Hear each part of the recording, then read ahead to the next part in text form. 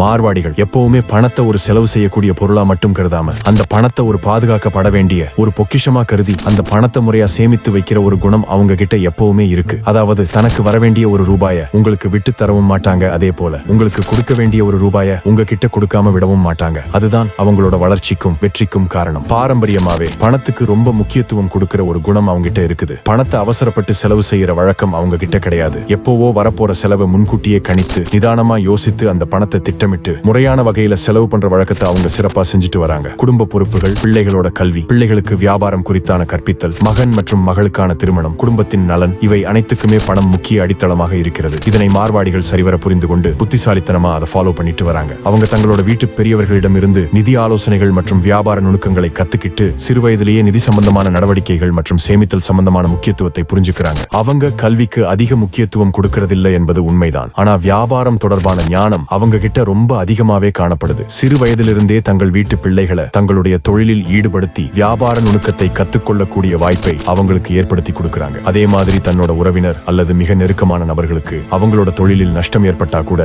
அவங்களுக்கு பண உதவி செஞ்சு அவர்களை முன்னுக்கு கொண்டு வரும் ஒரு வழக்கத்தை வச்சிருக்காங்க. இது பாராட்டப்பட வேண்டிய ஒரு நல்ல காரியம். தங்களோட தொழிலுக்காக சொந்த மாநிலத்துல மட்டும் இல்லாம கார்கில் முதல் கன்னியாகுமரி வரை மூளை முடுக்கு எல்லாம் போய் இடம்பெயர்ந்து வாழ்றாங்க. அது மட்டும் இல்லாம வெளிநாடுகள்ல கூட தொழில் செஞ்சுட்டு இருக்கிறாங்க. இந்தியால நாம எங்க போய் பார்த்தாலும் டீ கடையில தொடங்கி நகை கடை, நகை அடகு கடை, மளிகை கடை, எலக்ட்ரானிக்ஸ் கடைகள், மருந்து கடைன்னு இப்படி பல்வேறு வியாபாரத்துல சிறந்து விளங்குறாங்க. இது எல்லாத்துக்குமே அவங்களோட கடின உழைப்பு தான் காரணம். பொதுவா மார்வாடினாலே அவங்க கஞ்சூஸ்னு சொல்ற வழக்கம் நம்ம கிட்ட இருக்கு. அதாவது அவங்க எல்லோருமே ரொம்ப கஞ்சத்தனமா இருப்பாங்கன்னு சொல்றது. ஆனா 1000 சொன்னாலும் மார்வாடின்னு பேரை கேட்ட உடனேயே மார்வாடியா அப்படின்னா அவன் பெரிய பணக்காரனா இருப்பானேன்னு டக்குன்னு அண்ணாந்து பார்த்து கற்பனை பண்றோமே, அதுதான் அவங்களோட அசாத்திய முன்னேற்றங்க. நாமளும் அவங்கள பார்த்து கத்துக்கொள்ள வேண்டியது ரொம்பவே இருக்குதுன்னு நினைக்கிறேன். உங்களோட கருத்தை கமெண்ட்ல சொல்லுங்க ஃப்ரெண்ட்ஸ். வீடியோவை லைக், ஷேர் பண்ணுங்க. நம்ம சேனல் சப்ஸ்கிரைப் பண்ணிக்கோங்க ஃப்ரெண்ட்ஸ். நன்றி.